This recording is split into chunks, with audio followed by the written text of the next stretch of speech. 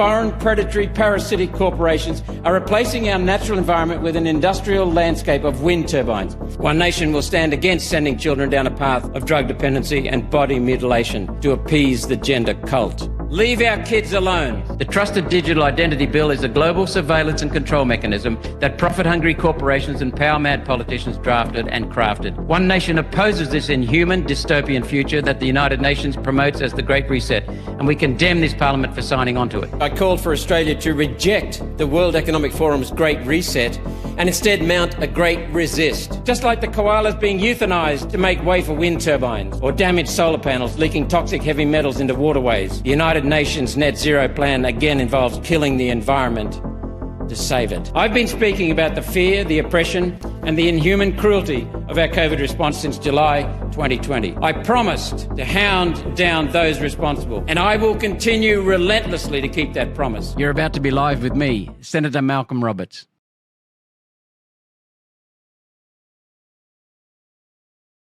G'day, this is the weekly wrap-up from the only true opposition party, the only party serving the Australian people.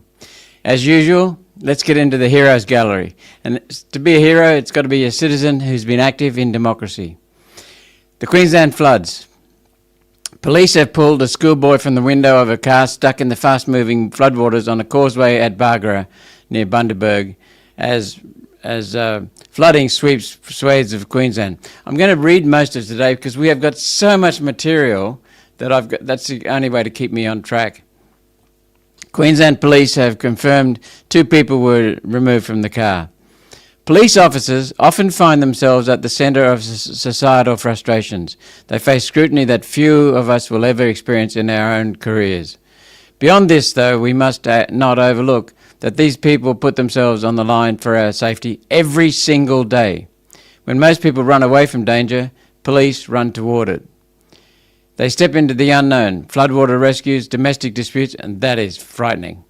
Highway accidents and late night calls, criminals knowing that any shift could be their last. And they're buried in woke bureaucracy. I've talked to many police officers themselves, and they're sick and tired of the bureaucracy, but they still keep going. And you know, I remember a story from an experience, not a story, an experience from the early days of the COVID fraud, the COVID mismanagement, when the lockdowns came up and the injection mandates came up. And I was on a podcast, I had the privilege of being on a podcast with 3 fine cops, one from Victoria, one from New South Wales and one from Queensland. One of them had 30 years experience, and when the mandates came, he just said, that's the end of it. And they all, what struck me was the word care. They all deeply cared. That's why they were doing the job. And most policemen do care. They do care about the people. That's why they go there. Just like nurses go into nursing because of care, because they want to express their care. Teachers, most teachers, AMBOs, paramedics. So that COVID podcast, I suddenly sat there and I realised these people are caring so much about us. But we don't tend to think of people, policemen, as caring, but they bloody well are. They're wonderful, most of them. So there's always an element of control for some very, very small minority, and some can use it for their own agenda. But the majority of policemen, thank you so much for what you do, whether it's state police, whether it's Australian Federal Police. So, and I know that you get frustrated at times, but thank you for keep going. We owe a debt of gratitude to our police officers who accept these risks to maintain the peace of our community. And again, Queensland floods, a huge shout out to our SES, State Emergency Services, and emergency crews and paramedics working around the clock to keep people safe. Again, the care in these people is phenomenal. While thinking of everyone across Queensland dealing with these latest floods, it's tragic. As Queenslanders, we're used to these summer soakings. I've helped out people in Goodna, Ipswich, Maryborough, Gympie, and a couple of other places in the Ipswich City Council. And Logan. It is really devastating. People would take a long while to recover, but they always do. And there are so many stories I could tell of the people that we've helped, and I really appreciate it. And people, the trauma that people have gone through. So sure, we're used to these summer soakings, but we've seen it before and we know how to handle it. Yet that doesn't make it any easier when it's your home or business that's impacted. It is devastating for those who've never seen a flood, devastating to walk into a house that's been completely underwater. You wouldn't think it, but the floodwaters contain very, very fine silt, and it's just a carpet of soggy brown mud, and it stinks, and everything is ruined. Everything is ruined. So it doesn't make it easy when it's your own home or own business. And I thank the many people in Queensland who help flood victims recover. For those who need the line, State Emergency Services, this is for non-life-threatening rather. So for life-threatening, it's 000. For non-life-threatening, it's 132 500. 132 500. There are emergency hardship grants of up to $180 per person or $900 for families. They're active for Bundaberg, Douglas and Banana Shires. That's almost the length and breadth of Queensland. Via disaster.queensland.gov.au. disaster.queensland.gov.au. Community Recovery Hotline is 1-800-173-349. Community Recovery Hotline 1-800-173-349. And for checking road conditions, check Queensland traffic before moving. It's really advisable. Especially in the outback and up north, the roads can come up and down pretty quickly. Another bunch of heroes, they don't know that I'm going to say this, but my Senate office staff team. We have developed, costed and introduced family-friendly policies for One Nation for 6 years now. And we introduced them as a party in January 2025. Fully costed. All the hard work was done by One Nation. And One Nation took a big jump in the polls because of two things. Pauline Hanson, of course, but also the whole Senate team, but also our policies. They showed we were legit, and they were basically broken into 4 areas: integrated, fully integrated, holistic. First of all, putting $40 billion money back in your pockets. That's where most of this money, there's no such thing as government money, it's all taxpayers. We want to take that money and put it back in your pockets. So where do we get the money from? That's a very good question.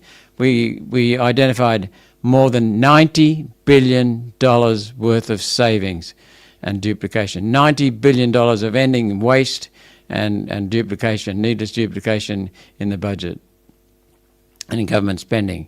That's where the $40 billion will come from putting back in your pocket. That leaves $50 billion. What will we do with that? Oh, and by the way, the $90 billion is all fully costed, the savings. $30 billion or more will come from shutting down the Department of Climate Change and Energy. Just shut it down, get rid of net zero, get rid of the UN Paris Agreement, just shut it all down and get rid of the regulations, systems, procedures, departments and agencies. And there's a heap of agencies, parasites, all sitting, bludging off the taxpayer, off this lie. And I'll get more onto the lie in a minute. So the other $20 billion will go to infrastructure for investing in productivity improvement projects, capital infrastructure. That is the way to make sure that we put more money back in your children's pockets. And that leaves $30 billion, and that'll be used to pay down debt. Because if we don't start paying down our almost $1 trillion in debt, federal government debt, then we will be having the interest bill every year will be the highest line item in the budget. So the point I'm saying is that we did the work. We identified what really needs to happen to help people live an Australian lifestyle with an Australian identity, and above all with lower cost of living and higher standard of living. And we noticed that some of the micro parties copied our policy, especially one, but copied many policies, and especially one of them, the family income sharing policy. And now we've got Matt Canavan and the Nationals copying it. And last election we had the Liberals talking about it. So why? Because One Nation is seen as a credible electoral threat, and we lead in the polls, lead the Nationals by a long way in the polls. That's not something we did, that's something that people are seeing. So basically what happens with income splitting is we let couples with a dependent child or dependent children split their income 50-50, which lowers their tax brackets. So what that means is that if you've got one income earner and the other parent stays at home looking after the children, which is the most important job in our lives, then you split the income over 2 people. And that means that you go into a lower tax bracket, you pay lower tax overall. 2 tax-free thresholds for each household with a dependent child. 2 tax-free thresholds for each household with a dependent child.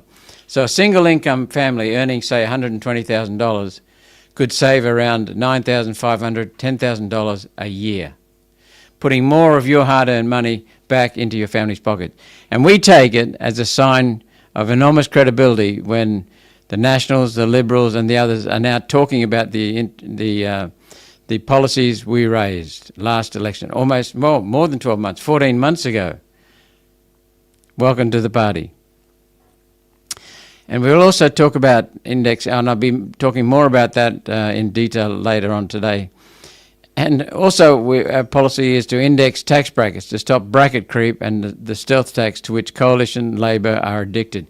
What many people don't realise is that there are tax categories. When your income goes above the tax threshold, you go into a higher tax category, you pay more tax. So this is their dirty little secret in the Coalition, Liberal Nationals, and in Labor. This is what they rely upon to waste your money. When inflation raises your salary into the next tax bracket up, you pay more tax, and they don't tell you about it. They just keep it and waste it and spend it, just blow it. So what we wanted to do, what we want to do and what we will do is raise the index the tax threshold. So each tax category will be indexed. So as your wages go up, you'll stay below the current wage category, the next highest wage category. So your tax rate will not increase. Now what happens is that under current systems, both the Liberal Party and the Nationals and the Coalition, and the Labor Party, I've twice moved amendments in the Senate to finance bills, Treasury bills, that will enable indexation and stop this bracket creep, stop this stealth tax. And both times, Labor and Liberal said, we like the idea, but we're not going to support it. And they oppose it in divisions. You can check the records for yourself. It's their dirty little secret. They say they want to get rid of it, but they don't. So we've exposed that, and we've tried to stop it, and we'll keep trying to stop it, and we will eventually stop it. So thank you to the staff who've done our policies, and full credit to you because we're setting the political agenda. Now we've got the Nationals coming out in support, in writing. I also want to acknowledge heroes Natalie Davis and Zion Nateague in McPherson electorate and Wright electorate in Queensland. They're organising a climate summit on the Gold Coast for the 23rd of May. So put that in your diaries, 23rd of May. They've got a venue that will hold many hundreds of people from across the Gold Coast. It won't be the usual climate summit. This will be comprehensive, and I'll leave that as a tease because this will cover everything about the climate bullshit. It'll cover every aspect, from Mother Nature, who's still in control of weather and climate, right through to what the crooks are doing. That's all the speakers are at the Gold Coast. I want to thank all the speakers as well because I personally reached out to about 8 or 9 speakers, and every one of them said yes immediately. And some of them we've had to change it because of the Farrer by-election date, change the date, and it's now going to be the 23rd of May. Some of them have had to postpone or cancel or send someone else, but it's a fantastic lineup of speakers, a truly amazing who's who of Australian climate information, science and energy. And by the way, I've got some posts on social media. I know that they're on Instagram, X and Facebook. The posts are about Maurice Strong. He's a crooked, he's dead now. He's the UN's psychopathic, and I mean that word, criminal, and I mean that word, who fabricated climate catastrophism, completely doctored it up, completely captured it all. So he started this, and what we've got is we've got Anthony Albanese. It started with John Howard's government. We've got Anthony Albanese's government, and every government in between pushing this rubbish, pushing this lie, based upon a psychopathic criminal that wanted to make himself a multi-billionaire. And I'll be doing more on this, but the posts actually show how he tried to do it, and he's pulled it off enormously. So, and I think it's also on YouTube and Rumble. So let's have a look at our week in Parliament. One Nation's motion calling for Australian gas to be reserved for Australians. We are the world's second largest exporters of natural gas, the second largest exporters of coal. We are the largest exporters of hydrocarbon fuels that transformed society in just 170 years. All the benefits are enormous. But we can't use the stuff here. And we sell it off and get very little for our gas. Some of the coal royalties are high and we get good money for the coal, but especially from Queensland. But the gas, we're basically giving it away. And some of the world's largest multinationals and largest tax evaders, proven fact tax evaders, are ripping us off. They're making billions out of our gas and we're getting pennies. Labor and Greens teamed up to block One Nation debating our bill that would have established a 15% domestic gas reserve. And Australian gas should benefit all Australians first. Apparently the Greens and Labor are too scared to even talk about it. Then Matt Canavan's Nationals, the Liberals, the Greens and Labor have all ganged up to vote down a One Nation motion calling for the Australian gas to be reserved for Australia first. All of them. We opposed the Green, so we moved this motion. Senator Bell, from memory, moved the motion. We opposed the Greens who wanted to amend it, and the Greens in their speech, Stephanie Hodgins-May, called gas toxic. Gas, hydrocarbon gas, is toxic according to the Greens. And David Pocock amendment that they put forward, because they sounded great, yet they would not have raised tax. They said they wanted to have a 25% tax on the gas that's exported. Well, the problem is, and Pauline knows this, and our tax advice confirms it over many years, and Pauline has spruiked this, I've spruiked it. What happens with these multinational parasites is that they take their revenue, and then they cut the revenue against expenses that include transfer pricing at ridiculous prices, so that they make no profit. So, which means they pay zero tax. So if you levy 25% of zero, you're still getting zero. Now, we were opposed to Labor's amendment as well, because they said that they want to make their gas reserve 15 to 20% of their existing policy. They haven't got a policy. So again, it's nothing of nothing, which is still nothing. Now, the lessons from this shamble in Parliament the other day.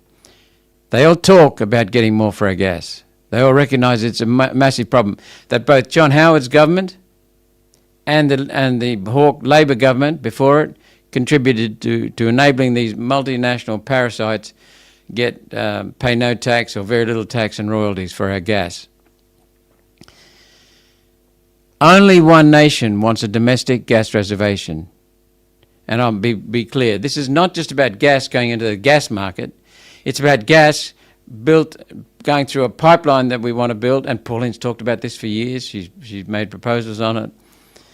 A pipeline across to the east coast, going to Melbourne, Sydney and Brisbane, where we'll have gas to liquid fuel conversion. And we know our gas is suitable for this. Liquid fuels, petrol and diesel. We can be self-sufficient. We can do all of our refining inside our country. We used to have eight Australian refineries. We've now got 2. We import most of our oil and petrol, and diesel in process form, product form from Singapore and from Korea. We're an island, which makes us target for a blockade, so we could have our supplies cut off. It doesn't even have to be a naval blockade. It can be just a shortage of ships during a crisis, which is what's happening right now. So only One Nation wants a domestic gas reservation for the domestic use of gas and the domestic conversion of gas to liquid fuels, diesel and petrol.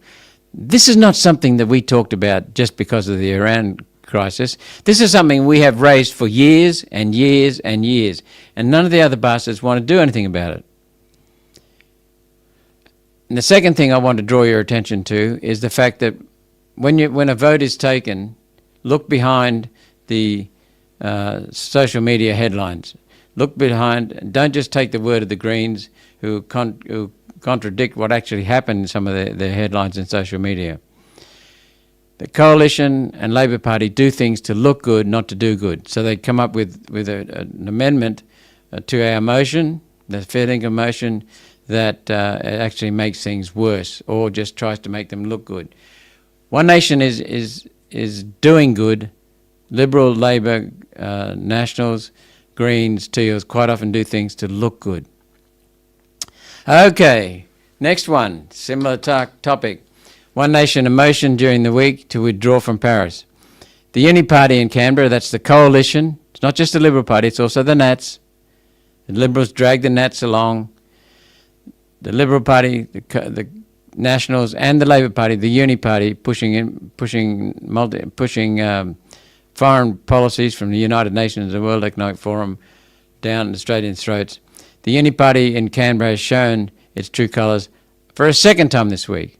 One Nation moved a motion to refer the following matter to the Environment and Communications References Committee for inquiry and report on the 7th of September 2026. Australians withdraw from the Paris Agreement, the job-killing UN Paris Agreement, with particular reference to, you can see that up there now, comprehensive. The target, the legal and procedural steps required for Australia to withdraw from the Paris Agreement. What do we need to do?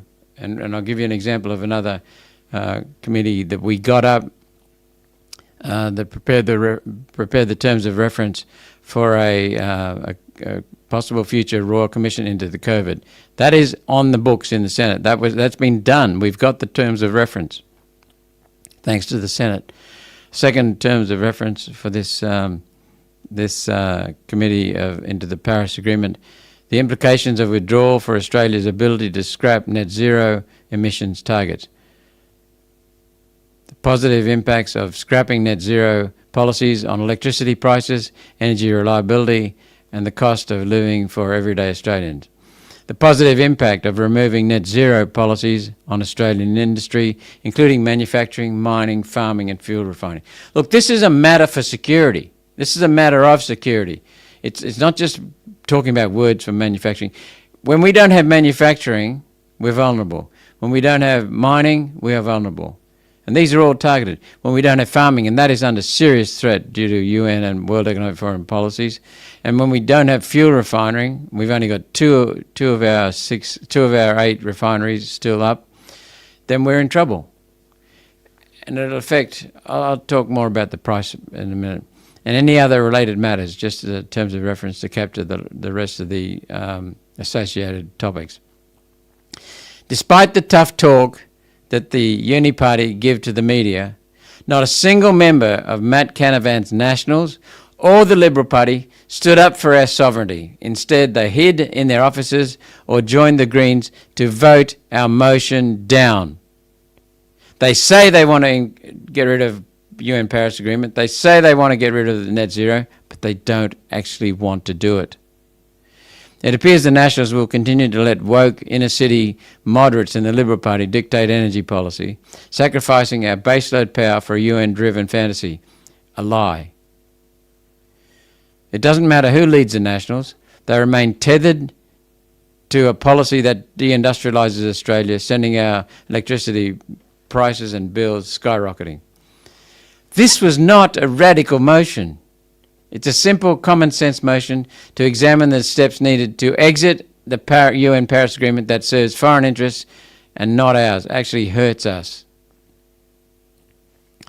There's the voting tally. The Liberals and Nationals are merely Labour light, more interested in pleasing their masters in Davos, Switzerland, than everyday Aussies.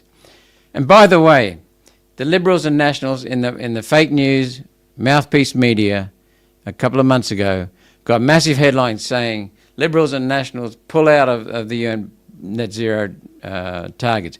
Absolute crap. What the Liberals did and what the Nationals did, very, very sneaky, they deferred the date for attaining the UN net zero target. They deferred it from 2050 to a later time. They did not stop the targets. They did not drop the targets. They still have the net zero targets, which is suicide. So we will commit suicide more slowly under the Liberal Nationals than under the Labor Party. But we will still commit economic suicide, environmental suicide, destruction of our country under both of the uni parties. They just delayed it. Only one nation is fully committed to scrapping the net zero fraud, restoring our energy independence, restoring our manufacturing, reinvigorating farming, reinvigorating mining, and putting the people of Australia first. Now, we've got the Bondi Royal Commission. Remember the Royal Commission that Anthony Albanese was dragged kicking and screaming, no Royal Commission, no Royal Commission, no Royal Commission into Bondi. Well, he eventually had to have one because he was booed at a service commemorating the tragic slaughter of 15 innocent Australians, and he eventually had to have it. But prior to that, he appointed Dennis Richardson, special advisor, to do an inquiry. Then when the Royal Commission got up, he appointed Dennis Richardson as special advisor to the Royal Commission into anti-Semitism and social cohesion.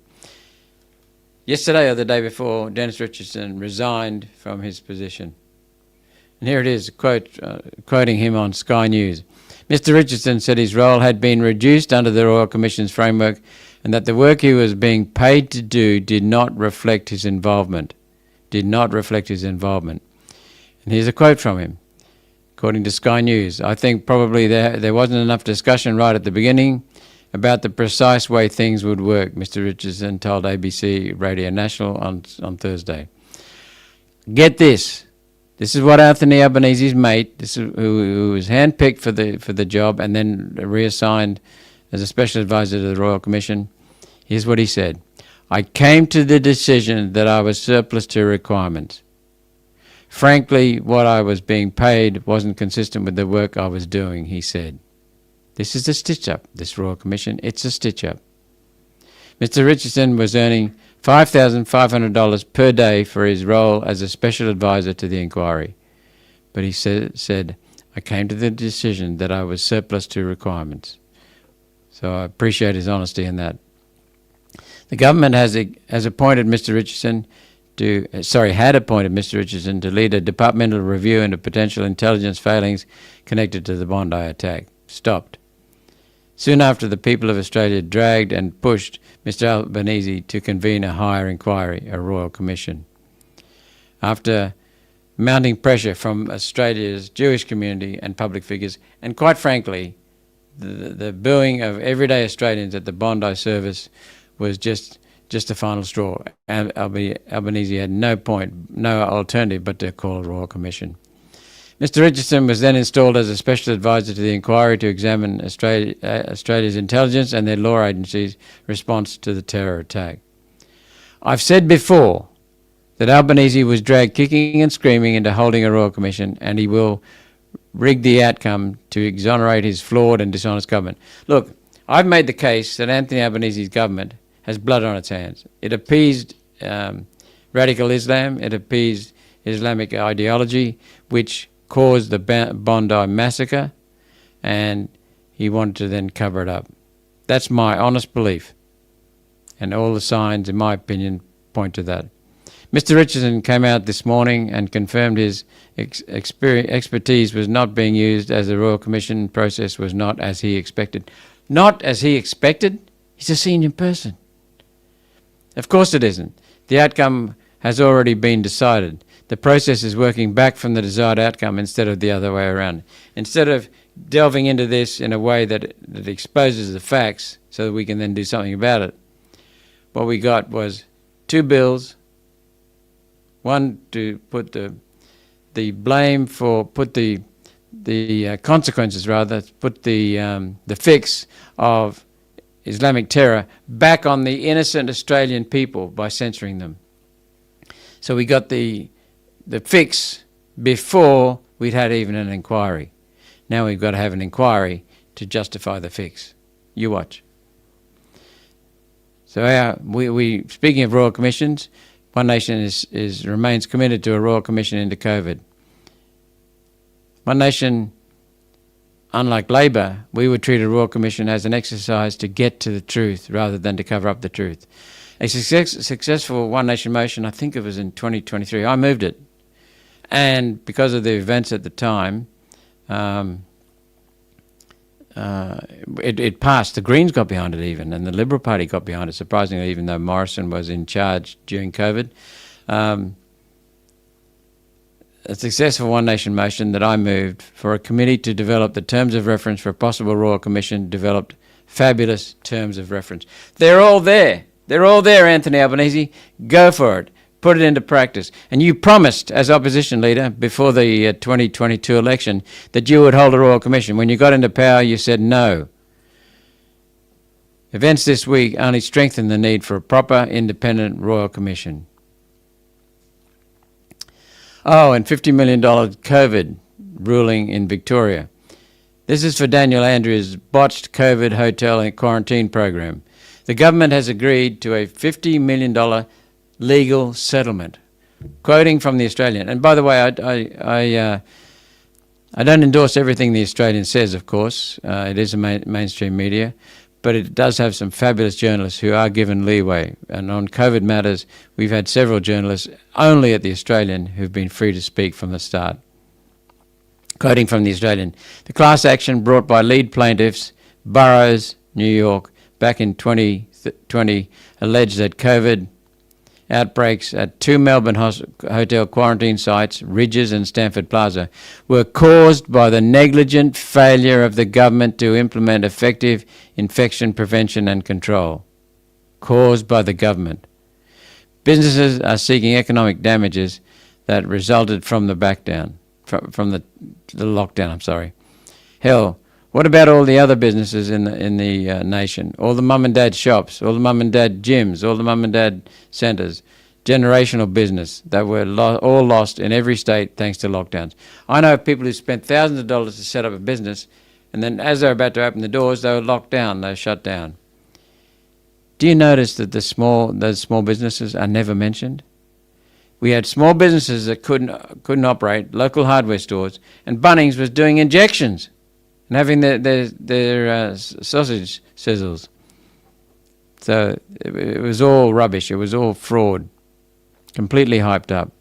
The Treasurer likes to talk about the economy, but there has never been a nod to all the everyday Australians who lost their dreams thanks to government panic and lies, thanks to government fraud. I've said that almost from the start.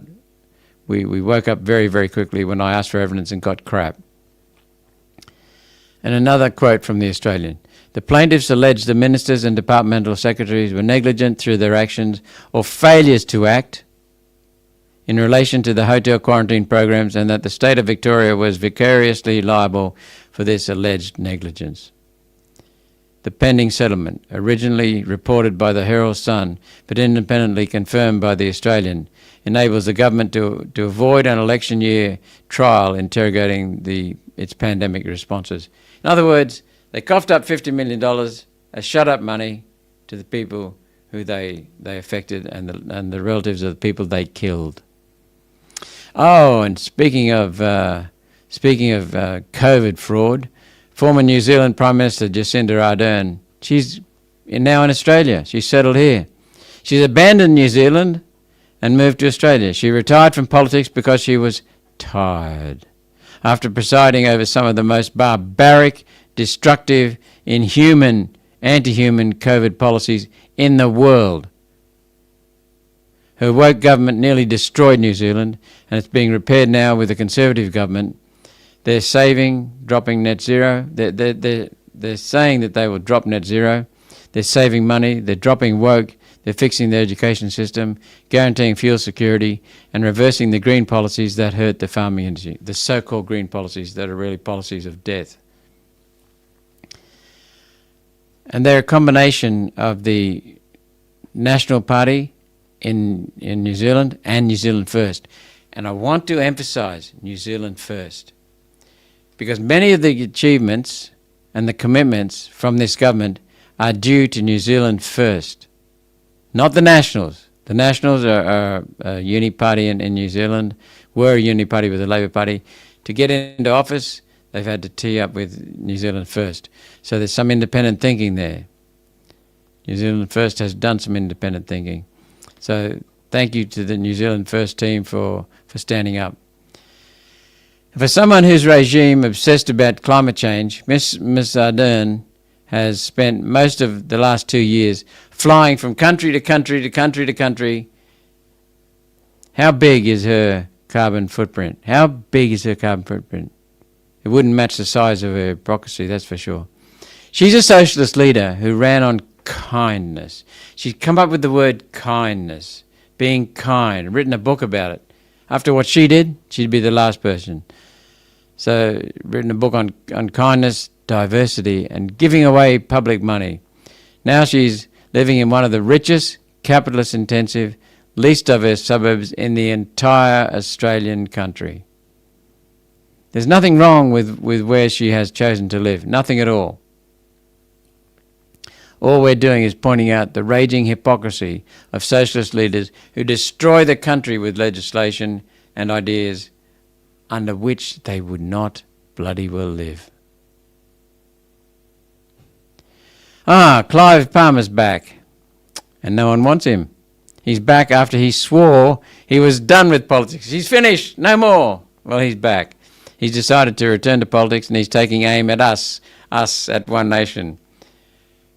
Yet again, he's pretended to be, I believe he's pretended to be independent, but he's just tried to destroy One Nation time and time again. And you haven't succeeded, mate.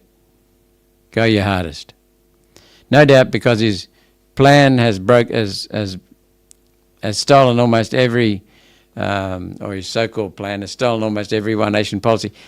He did it with the United Australia Party. He then did it with, what was the name of the outfit he bought? Trumpets of Patriots. Now he's back, I think, to United Australia Party. Well, who knows what he's back to, if he's back to anything. But he stole One Nation policies for Trumpets of Patriots, just as he stole policies, our policies, our ideas. He just steals ideas. He doesn't come up with his own.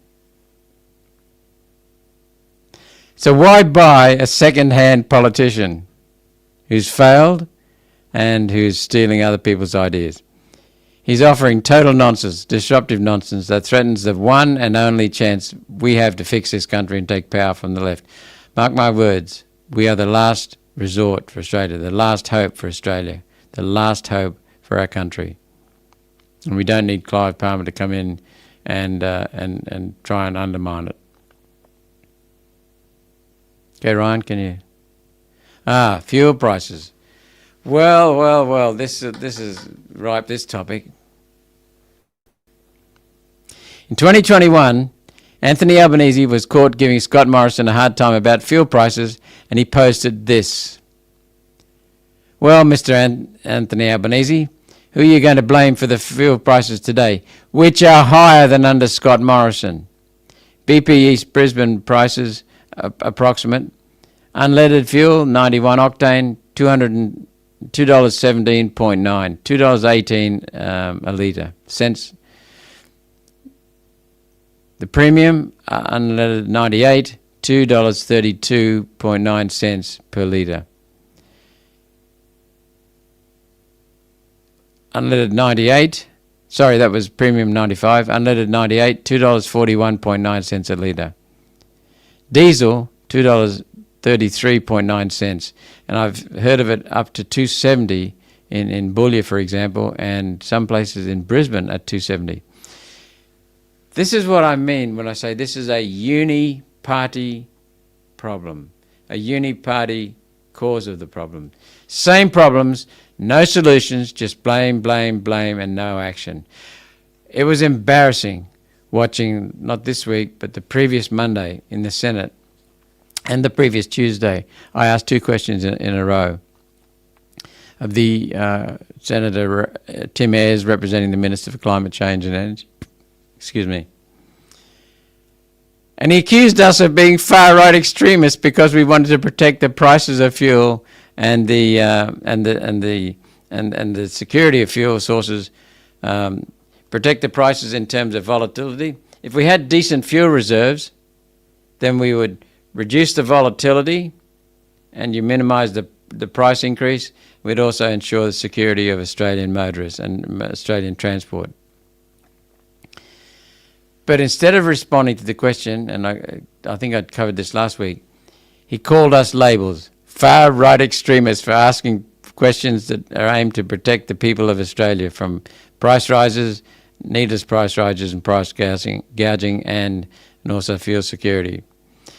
The second day, we thought, okay, let's ask some more specific questions.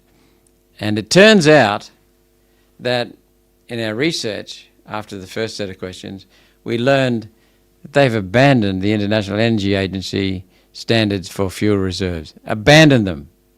They flogged off. So all they could talk about was Angus Taylor putting reserves in Texas. Fuel reserves for an island nation in another country. Texas. Insane. We called them out at the time. Called out Angus Taylor as Energy Minister and Morrison as Prime Minister at the time. And then we found out that Labor had sold under Albanese and Bowen, there's that man again, Chris Bowen, had flogged off our reserves. And they lowered the definition of reserves, the threshold, dramatically to less than 30% of the International Energy Agency's reserves definition. And then said we'd had more reserves than ever. Lies. Just blatant lies. And all he could talk about, once we caught him, all he could talk about was Angus Taylor. These people have been in government now, heading on 5 years, and they're still blaming the previous government. And they caused this problem. So lift it up, please, Ryan. Here we go again. Have you got that one up? Farming communities and regional Australians are furious. This is from the Daily Mail.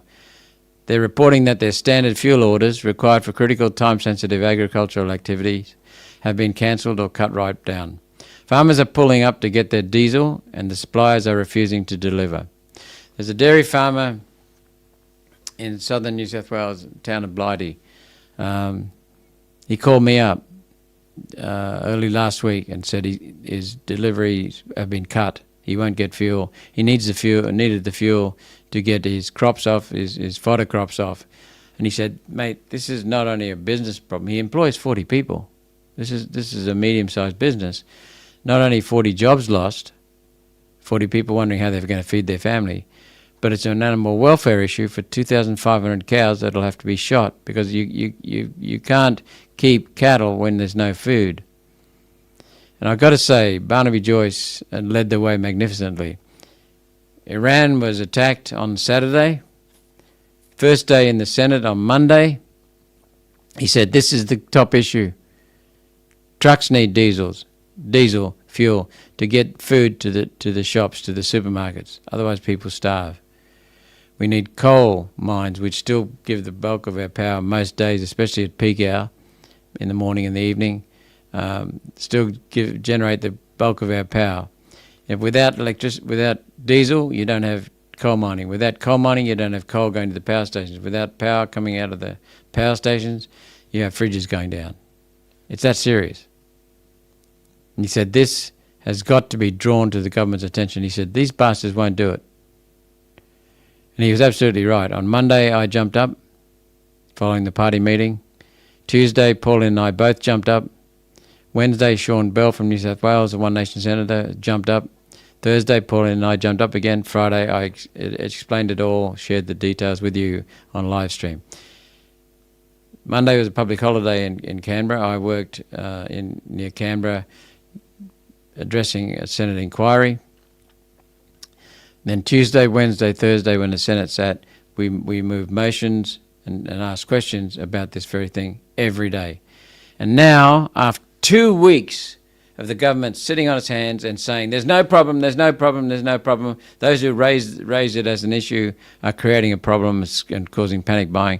Now we've got the federal government admitting there's a bloody problem. When it takes 2 weeks of concerted effort from One Nation, who led the way, that shows you how incompetent, dishonest this government is. So we led the way. We were the first cab out of the rank. Regional areas, including tourist areas, are reporting their surveys are completely dry. No estimated time of arrival for fuel. These are people who have to drive long distances. They have no other way to get to work, get food, get their children to school, or get their food to you. So people in the city starve eventually. There are reports that big supermarkets are being prioritised over family growers for fuel. That cities are being shielded from fuel shortages at the expense of regional communities. It's all about now Labor getting votes. And to hell with regional areas where the producers live in low population density electorates. In other words, they don't have as effective as strong as a reputation, as strong as a connection with their MPs because they've got to travel long distances. We now see that the Prime Minister is continuing to lie and say there's no fuel shortage. They've said it's a demand problem. Well, Bowen has now admitted it's a supply problem. Has Albanese set foot outside Canberra? Australians in the regions are suffering enormous economic penalties, and their Prime Minister won't even acknowledge that there's a problem, let alone talk about solving it. They're not interested in a solution unless it affects cities. Cities are the best able to handle interruptions to fuel. They can walk, they can cycle, they can catch public transport if there's enough diesel. Regional areas cannot do this, and if people can't operate critical agriculture, the cities starve. The cities starve. The cost of living skyrockets. Political moves ultimately harm cities. So Anthony Albanese, get off your ass and do something. Yet there are more Labor voters in the cities, and Labor government lies to them as well. This isn't good enough. Our regional areas deserve answers from the Prime Minister about undelivered fuel orders, unreported shortages, and higher prices. Last week I raised 3 topics when I was speaking repeatedly and questioning repeatedly and holding the government accountable repeatedly on fuel. Fuel security, fuel price volatility, and truth. Always the people pay for this nonsense from this government. And now it's taken almost 2 weeks. There's an emergency 100 million litres of petrol to flood Australia. Chris Bowen announces around measures to avoid fuel shortages. Quoted from the Daily Mail article, Australia's fuel quality standards will be temporarily relaxed to allow 100 million litres of petrol to be redirected into shortage-stricken regional areas. Taking 2 weeks of concerted pressure from One Nation to embarrass the bastards into doing this. The federal government will ease fuel standards for 60 days so higher sulphur petrol meant for export can be used locally instead. Energy Minister Chris Bowen said the move will support independent suppliers and regions currently under the increased fuel supply pressure. This will allow around 100 million litres a month of new petrol supply that would otherwise have been exported to be blended into Australian domestic supply, he said during a fiery question time on Thursday. So they're now admitting it's an issue. They're admitting it's real. And we are accused of being far-right extremists and conspiracy theorists and all the rest of the crap we get thrown our way. Oh, and here's $87 million for the stolen generations. You might be in the middle of a financial crisis, a cost of living crisis, maybe even the eve of global conflict. Yet the Labor Party need to find ways to spend all of the new taxes they've been raising, taxes on you. And remember, when fuel prices increase, GST increases. The GST take increases. You pay. So you pay for fuel price rises dramatically through increased GST. 10% of all the increase goes to the government directly. And you pay indirectly through supermarket prices and prices for just about everything because trucks are needed diesel trucks are needed to take the goods to the retailers. And when fuel prices rise, excise rises because and then you pay for that as well, and the GST on the excise. It comes in the form of the gift to the stolen generation comes in the form of $87 million. Think of that. That's your money.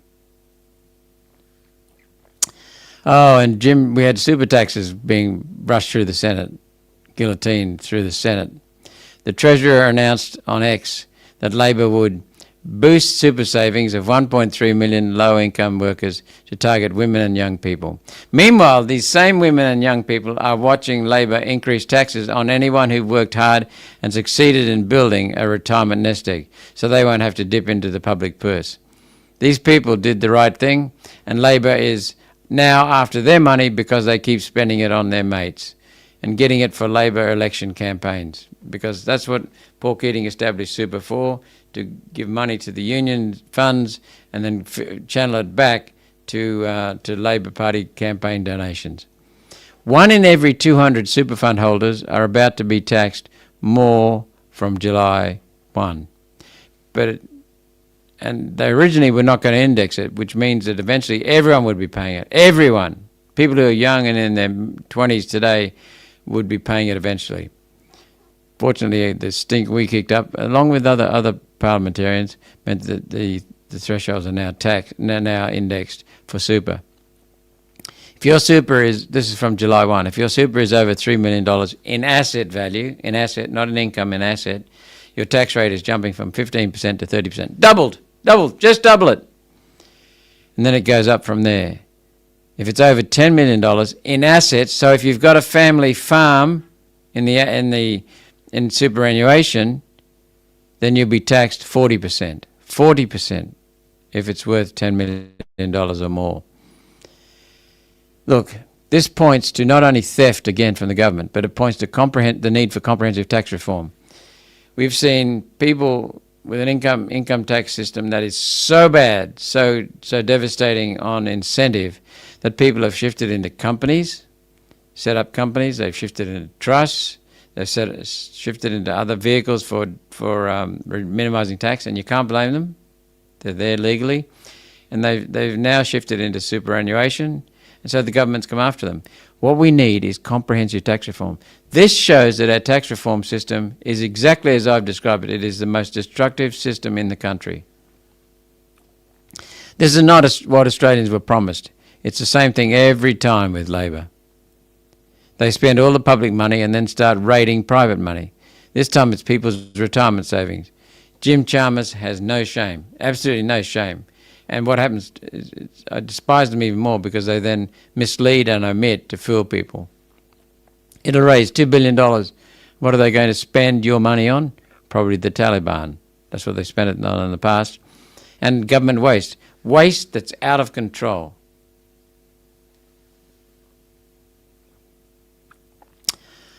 Oh, it just goes from bad to worse. The 12 Apostles, they're calling this a tourist tax. The Victorian government is set to charge Australians to visit their own natural wonder, the 12 Apostles on the Great Ocean Road. You can't make this stuff up. They've argued the fee relates to the fee. They've argued the fee relates to upkeep. Upkeep rocks. But it has nothing to do with protecting the crumbling stone features. Instead, they spent $126 million on a visitor centre. $126 million. Is it paved in gold? When the project was being approved and promised, the Victorian Environment Minister promised there would be no fee. Now they've changed their mind because their state debt in Victoria is out of control because of Dan Andrews and Jacinda Allen. They've spent to buy votes, and now everyone's going to pay for it. It's now, the debt is now a huge economic burden to Victorians. You can get your hands on a harbourside mansion in Sydney Harbour for less than this, less than $126 million. The add-ons, which the public were never consulted on, have added to the cost in a state that's already $160.9 billion in debt. $161 billion in debt. Sinclair Davidson, writing in The Spectator Australia, has a great line. The 12 Apostles will simply become another state monopoly charging a tax. A state monopoly charging a tax. That's clever. That's really clever. He adds, the policy is not simply about managing crowds. It's about restricting mobility and converting access to a natural landscape into a paid privilege. God made the countryside. God made the oceans, the rocks, and now we've got to pay to see his handiwork. Australia's natural wonders are meant to be the birthright of all Australians, and yet, despite the billions we pay out for the operation of national parks, we're charged access fees or outright banned from entering because of our race. Race lockouts, that's what these are, they're race lockouts. It's bloody wrong. It must end.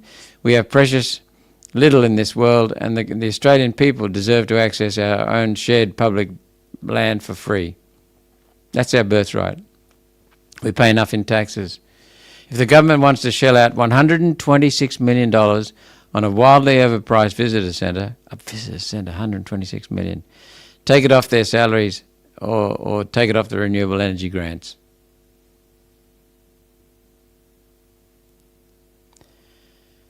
Before becoming the Nats leader, the Nationals leader, Matt Canavan appeared to be on the same side of politics as One Nation, often jumping onto the issues we raised, copying our issues, copying our positions, and then trying to take credit for it. Now he's on the attacking team, it seems.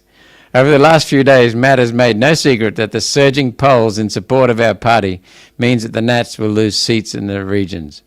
They haven't done their job. That's why they're threatened with losing seats. The Liberal National Party are bleeding support to One Nation. And instead of looking inwards and saying, what have we done to deserve this? What can we do to fix it? Instead of doing that, instead of listening and changing their policies to put Australians first, they attack the only party that's working for Australians. This is insane. Matt's an intelligent person. He's likeable, he's personable, he's fantastic on media, fantastic on social media, he's a good speaker. But I mean, this is illogic. When the coalition Labor Uni Party is threatened, they'll do whatever it takes to maintain control. That's even at the sake of Australia, at the cost of Australia. Matt, as Pauline Hanson said, One Nation is not your enemy. As for the Nationals, in the 44 years between 1940 and 1984, the Nats had 3 federal leaders. In the past decade, they've now had 6. Stability? I don't think so. Is it any wonder Barnaby left? Is Matt Canavan's elevation the coalition's last gamble to stuff the One Nation genie back in the bottle, as someone said? He criticises One Nation's achievements. Matt Canavan said he cannot think of a single dam, road or hospital Hanson has delivered in her 30 years in politics. Instead, Canavan called One Nation a circus act that might entertain but doesn't change anything. Why does he copy our policies? Why does he copy our positions? Why does he ask us for our position before he nominates his own position? And he's done that repeatedly. Pauline has not been in Parliament 30 years. She's been in Parliament 13 years, the same time as Matt Canavan. 13 years. Matt got in 2013. Matt talks about things he's got for constituents and implies that Pauline Hanson and One Nation have got less. Nonsense. And Pauline Hanson got those things and spending despite never being in government, let alone being a minister. She's never been a minister, never been in government, and yet she's got things. Look, one of the first things she did after 2016, a second stint in Parliament, she went to Malcolm Turnbull, who needed something, and said, "Mate, we'll give you what you want, providing you give us an inquiry into lending to private into primary producers, farmers, fishers, and foresters." And Turnbull said, "Okay, I'll give you that." We used that. We went into the regions and got the farmers and the fishers and the foresters together, and they put out fantastic submissions. Then we went back to the regions and held inquiries in the regions first, and we involved people. We schooled them on to not be scared of a Senate inquiry. And I was chair. We allocated the question time freely to all parties on the committee, and as a result of the dirt that we got on the banks, we then brought the banks in and asked them what was going on, and the banks were shamed. And then we had some good people like George Christensen and others who went to Turnbull and said, One Nation is going to recommend, as inquiry chairs, that a Royal Commission be held. You better get into that Royal Commission, into financial services. And lo and behold, Turnbull and Morrison as Treasurer, Turnbull as Prime Minister, held a Royal Commission into financial services. And look at what happened with that. That was Pauline Hanson. That was Pauline Hanson and the negotiating qualities. And my work as chair and our work together with our staff in supporting farmers and fishers and foresters in getting their evidence on paper. 16 times as Prime Minister, Malcolm Turnbull said there will be no Royal Commission into financial services. 26 times Scott Morrison, as Liberal Treasurer, said there will be no Royal Commission. There was a Royal Commission, thanks to One Nation. That's it. Think about the things that Pauline has raised that no one else, because this is something that's far more important though than Pauline and One Nation getting grants for people to build facilities in Queensland and other states. We have been raising issues in the national interest that others were afraid to raise. They have been quiet, including Matt, including the Nats. We were the only ones pushing to stop UN Net Zero, despite all the names we were called. We're the only ones exiting the UN Agenda 21. We're the only ones with a policy to exit the UN World Health Organization. The only ones. We're the only ones to commit to dumping the UN Kyoto Protocol that stole land from farmers. What happened there, Nationals? You helped when you were in the Liberal National Coalition under John Howard to steal that land from farmers. You helped steal land from farmers. We're the only ones who are pushing for exiting the UN Paris Agreement. The only ones exposing the dangers of Islam until the Bondi massacre, and then you all piled on. Yeah, right. We're the only ones exposing and ending mass immigration. We're the only ones exposing and ending woke agenda. We're the first to get onto the mutilation of children and call it out. And we were called all kinds of names for it. But now we're being seen to win and others pile in. We're the only ones exposing and ending the Aboriginal industry, replacing devastating victimhood and billions of dollars of wasted money, up around $30 billion plus, and replacing the devastating victimhood with real care based on real needs, because we care. Government, and we're also the only ones that are exposing the government waste due to the coalition and Labor uni-party governments in the past. We can't afford to have that continuing. And there's so much more. So let's have a look now at coalition, at the One Nation policy for income splitting with dependent children.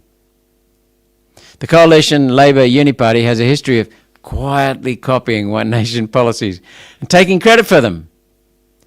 And they have the mouthpiece media, the fake news media, pushing that record for them, because the media gets a lot of government revenue, a lot of government spending on advertising as their revenue from both Labor and from the coalition. And that's why they keep the cosy monopoly in place, the Uni Party. Ironically, Senator Canavan has critiqued One Nation as being a circus act and divisive, even as he's copying and spreading many of our economic views.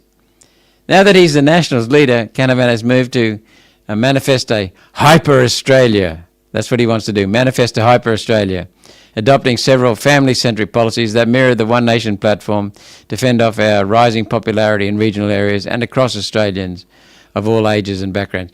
We are now leading in the polls in so many demographics, and we're rising in every demographic. Why should a family where one parent stays home to raise the children pay thousands of dollars more in tax than a dual income household earning the same total amount? It's not fair and it's not right. For too long, the tax system unfairly penalises single income families. One Nation's family income splitting policy, introduced in January 2025, 14 months ago, is a common sense fix. The One Nation plan is available at the URL, the link we'll put down below. First of all, think of these three key points. It lets couples with dependent children split their income 50-50, lowering their tax brackets, lowering their tax rate. Secondly, 2 tax-free thresholds for one household. Thirdly, a single income family earning $120,000 would save over $9,500 a year, almost 10 grand a year. We were the first to come up with it. Put more of your hard-earned money back into your family pockets. That's what we're about. That was our slogan. That was our tagline for the policies at the last federal election, and we're continuing with it. Make it affordable for a parent to stay home if they choose. There is nothing more important than your child. Nothing. So we want to make it affordable for one person to stay home if they choose. The Parliamentary Budget Office estimates it would cost the budget nearly $70 billion over a decade. That's $7 billion a year. Well and truly, we've costed it, and it would come out of the savings that we estimate conservatively at $90 billion plus in cutting government waste. Research shows that having a parent at home helps children do better in school and manage their feelings because they get steady, high-quality attention every day. Allowing a stay-at-home parent, male or female, to shift the family's tax burden into a lower bracket directly supports the choice of parental care during a child's most formative years. The critical years for the formation of both character and intellect are birth to 6. Maria Montessori said that. It's now understood. Many other people throughout history, leaders, have recognised that. We need parents to raise healthy children. Income splitting for single-income households with young children is an investment when it comes to social stability and increased local revenue. While critics may point to an initial reduction in tax revenue, these savings are rarely not spent and are immediately cycled back into the economy. Young children have high needs, and any tax savings are usually used towards essential items, extracurricular activities, and education. This creates an effect where the cost to the budget is offset by the demand for local services and retail decreasing, therefore fueling the economy through child rearing. It is a blessing, and it is economically sensible to look after children properly. Allowing a stay-at-home parent to shift the family's tax burden into a lower bracket directly supports the choice of parental care during a child's most formative years. And I've already talked about tax bracket indexation as a stealth, which is the only way of stopping the stealth tax that Liberal and Labor and Nationals are pushing. I've said twice that twice I've moved and amendments to Treasury bills, once under Liberals, once under Labor governments, and to put in place tax bracket indexation to stop this tax rip-off. And twice the Liberal Party has stood up and the Labor Party has stood up and said, we love this idea, but they voted against it. They voted against it. AI, the job culling continues. The tech revolution created hundreds of thousands of jobs in Australia, and now the AI revolution is rapidly cutting through tech workers, call centres and office administration.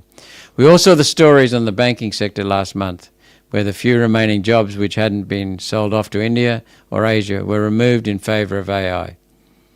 Now the green sector, so-called green sector, the sector that promised to replace coal, oil, gas and mining industry jobs with slick, modern, green tech jobs, is continuing its replacement of the Australian workforce with AI. Atlassian, with its billionaire owner, Mike Cannon-Brookes, has just cut 1,600 jobs, replacing them with AI. 30% of the impacted employees are based in Australia. Do you like this AI revolution? Do you prefer talking to chatbots instead of real people at customer service? Is AI delivering better quality work than human beings? Is it? These are questions we need to ask.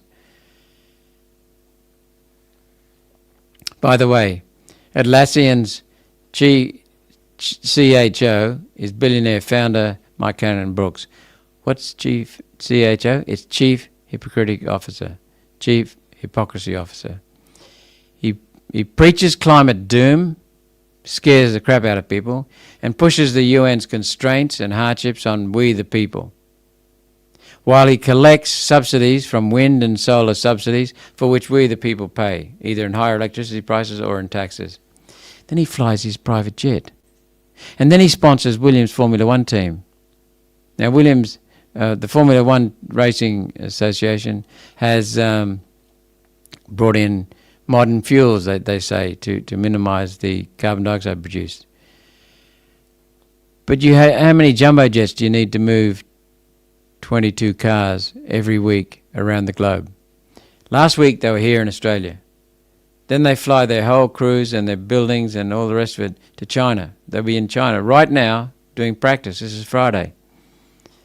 And then they move around the world, North America, South America, parts of Africa, Middle East, Russia, Australia.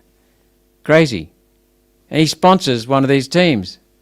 Now, we know that carbon dioxide from human activity is nonsense. It occurs, but it doesn't. It's produced, but it doesn't do anything to the climate. He's in on a scam.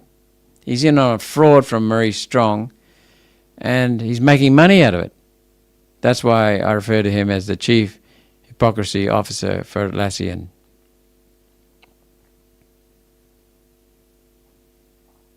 South Australian election. Saturday, the 21st of March, is the South Australian election. This is your chance to give the boot to the Coalition Labor Uni Party and vote for a party that actually listens and cares. We have One Nation candidates in all 47 seats, as you can see on the logo there. Voting One Nation, number one, will send a very clear message that everyday South Australians have had a gutful. We've had enough. One Nation is committed to bringing real, common sense change to the South Australian State Parliament. To the 7-decade political status quo, let's end it.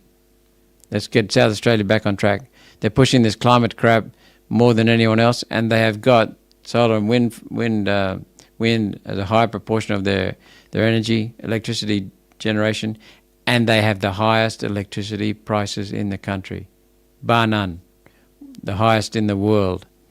And remember, your preferences are entirely your own. South Australia has a lower house green ballot paper, and the Legislative Council, the upper house, which has a white ballot paper.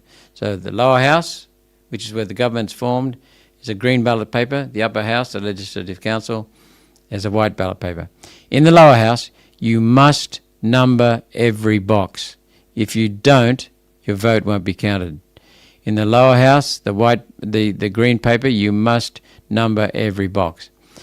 In the Legislative Council, the upper house, the white paper, if you're voting above the line, voting for party, not for individual candidates, you don't have to number every box. You can just put one for One Nation. Be warned though, this means your vote is exhausted and will not flow on to your second preferred candidates should One Nation get eliminated. So what it means is that place the number one next to your One Nation candidate to show your primary vote, and then put 2, 3, 4, etc. next to the candidates you prefer in order. So you decide the order for the rest. Remember, lower house, green paper, you must number every box. Upper house, you can number one, but we would prefer it if you put 1, 2, 3, 4, 5, etc. Putting One Nation first ensures that even if your preferred candidate isn't elected immediately, the tied coalition Labor Uni Party sees that you're demanding change. Don't vote for these others. Don't vote for them one. Rank the remaining candidates in the order that best represents your values, your choice. Let's make a real difference for our families and our future, and for South Australia. One Nation has prepared how to vote suggestions and can be found here. Notice I didn't call them how to vote cards. I call them how to vote suggestions. They're just our suggestions. I'll share the link to our suggestions in the comments. We've also got the Farrer by-election coming up. That's on the 9th of May 2026. What's that? Just under 2 months away. So I'm really regret that I wasn't able to make the Farrer candidate selection launch last Saturday. I had long-standing family commitments, and that had to come first for a change. Since Saturday, I called up on Saturday afternoon, found out who the candidate was, David Farley, fantastic candidate. All three finalists were fantastic. All three. We've had 81 candidates when the nominations were closed. We had 81 nominations. Since Saturday, I've heard only very high, sincere praise for how the process of candidate selection nomination was carried out, which is exactly how the branches are supposed to work. David Farley has a good chance of taking the seat from the Libs. He's a fierce water advocate, and consistently so, and will represent the seat of Farrer very, very well. Please vote for David Farley, number 1. Then we've got the Nepean by-election in the Victorian state seat on the 2nd of May. The by-election has been called for the seat of Nepean, following the resignation of Member of Parliament Sam Groth on February 13th, 2026. Member of Parliament Sam Groth, who won the seat for the Liberals in 2022, cited, quote, impossible pressure on his family, some of which he revealed came from within his own Liberal Party. With the Liberals facing internal friction and a new candidate, this is a massive opportunity for us, for One Nation. Taking this seat now would give us credible momentum heading into the Victorian state election this November. So if you want to get involved, every bit of support counts. If you want to get involved in South Australia, in Farrer, in Nepean, if you can help in any way, please contact the campaign team.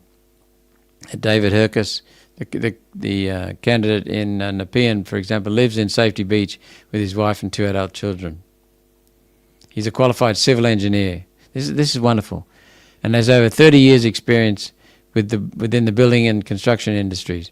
He's currently the owner of Mega Joist, a small floor and roof truss manufacturing plant in Dromana. The Victorian Labor government has put in place policies that seriously negatively impact his business and other small and medium-sized businesses. So he's standing up. We should have him on our list of heroes because he's standing up, active participant in democracy. Okay, my goodness, it's 4:18 already. So we've been an hour and a quarter, just over an hour and a quarter. Any questions? Any statements?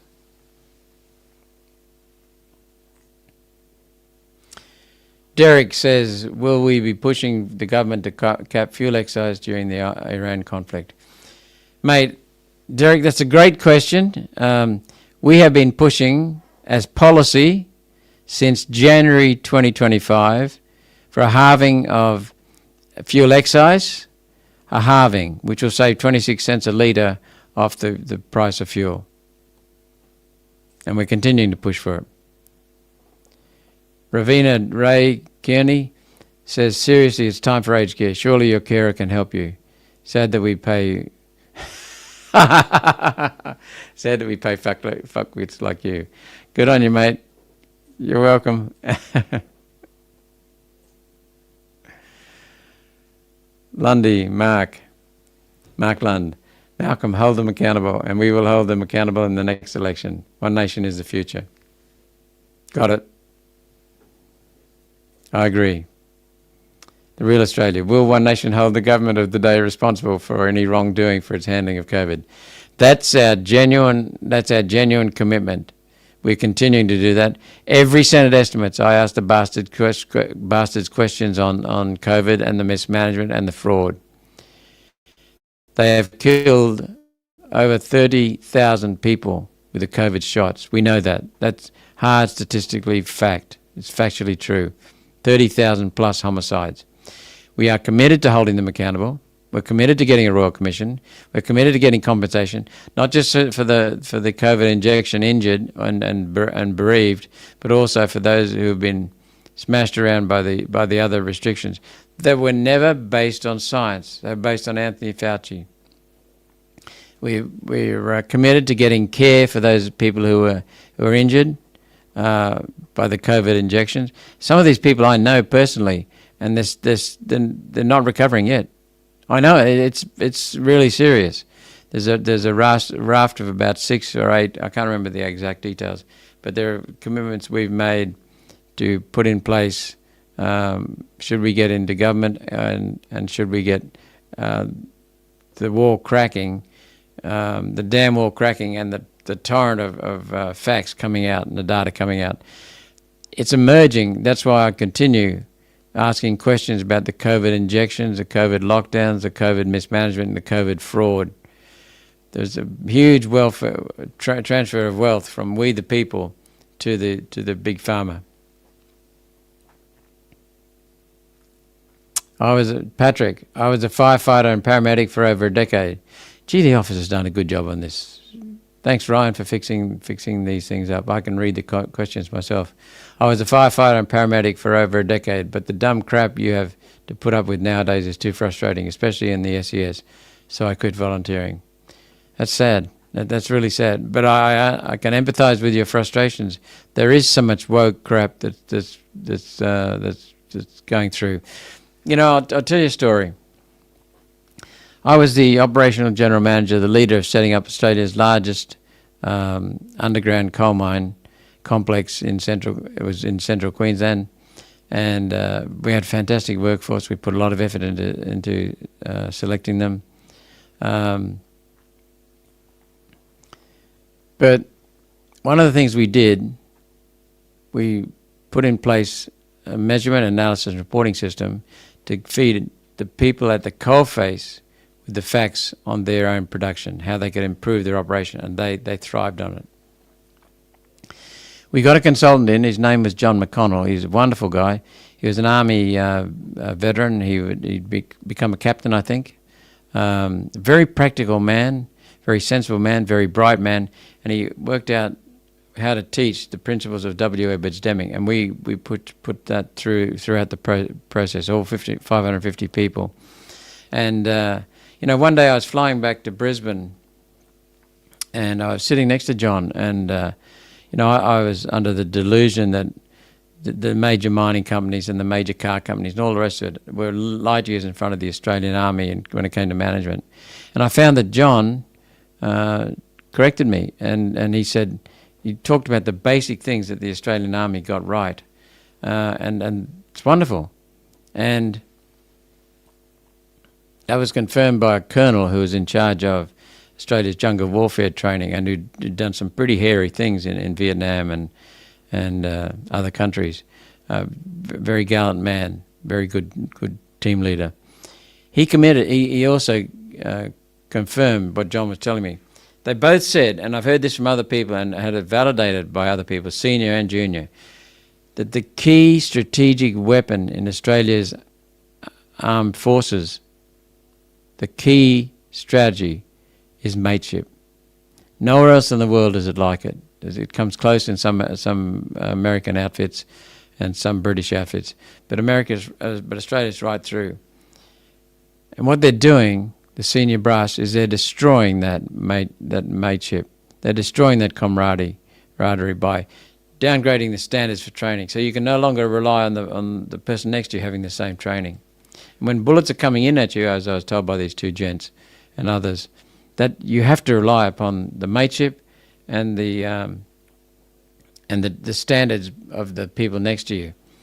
And they told me, for example, that if you're two army enlisted people hiding behind a log with incoming machine gun fire, there's only one thing worse than jumping over that log and running into the fire, and that's running away from your mates.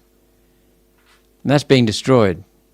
Fortunately, we can see the woke agenda is now, and the DEI and all the rest of the crap is destroying our armed forces. We know that for a fact. People, veterans, people in the armed forces now are telling me that face to face. So that's why it's wonderful to see someone like Donald Trump and the Defense Secretary in America actually talk about their troops as being warriors. They're not DEI advocates, they're bloody warriors. And you ask our veterans and you ask our current enlisted people, they want to return to being warriors. They don't want to kill people, but if they have to, they will. And that's what they're trained to do, to go into war as warriors. And this woke crap is destroying not only our armed forces, but our voluntary services, our SES, our police. It's bullshit. It's just, and we're the only ones who call it out solidly. I agree with you, mate. Thanks for raising it. Thanks very much for listening in. That's the weekly wrap-up from the only opposition party, the only sensible party, the only party listening to and serving the Australian people. Have a great weekend. Enjoy your weekend.